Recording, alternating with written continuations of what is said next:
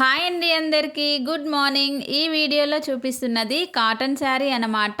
Already ఈ శారీ నుండి ఒక డ్రెస్ అయితే స్టిచ్చింగ్ చేసి మన యూట్యూబ్ ఛానల్లో అప్లోడ్ చేశాను. మిగిలిన క్లాత్ అయితే 2 మీటర్స్ దాకా ఉంటుంది. 2 మీటర్స్ కన్నా కొంచెం తక్కువగానే ఉంటుంది. చూస్తున్నారు కదా, డిజైన్ అయితే చాలా బాగుంది. చాలా సింపుల్గా, క్లాత్ కూడా చాలా బాగుంది.